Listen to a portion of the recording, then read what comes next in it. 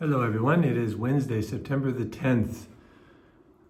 From the first reading, Colossians chapter 3, if you have been raised with Christ, seek the things that are above, where Christ is seated at the right hand of God.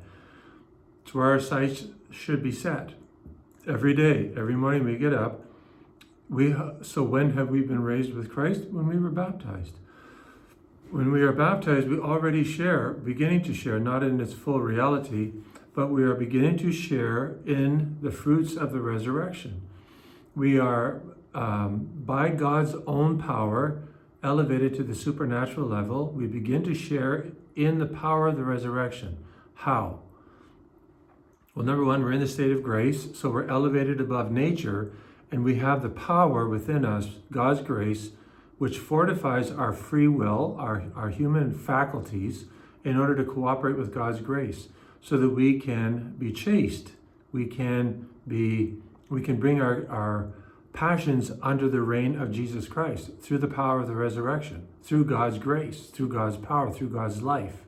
This begins when we are baptized, and when if we're baptized as infants, obviously, it sort of kicks in, as it were, as we begin to mature and become more aware of self and more responsible for our actions. So this is something that you and I as adults need to be aware of. We share in the resurrection even now. And this full reality, God willing, will take place when we are united with Christ in eternity. Over to the gospel. In Luke chapter 6, Jesus looked up at his disciples and said, "Blessed are you who are poor, for yours is the kingdom of God."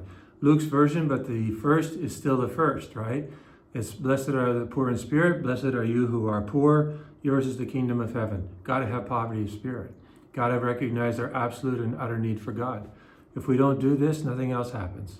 It's like if we don't get the first commandment, the others will not happen the way they need to. Or if they do for a while, we're running on steam and eventually they're going to run out. Got to love God with all of our heart, mind, and soul, and then our neighbor will take care of itself. With bumps along the way, but still it'll take care of itself. So it is with the Beatitudes. Got to have poverty of spirit, recognize our need for God. And the woes are also important. Woe to you who are rich, for you have received your consolation. See, it's the opposite of blessed are you who are poor. Woe to you who are rich, you think you're self-satisfied, you can do things on your own. You act like you're in a silo, you're autonomous, you maybe even wind up self-idolatry. And this is not going to end well. So poverty of spirit is where we want to go, right? Ask Jesus to help you. God bless you.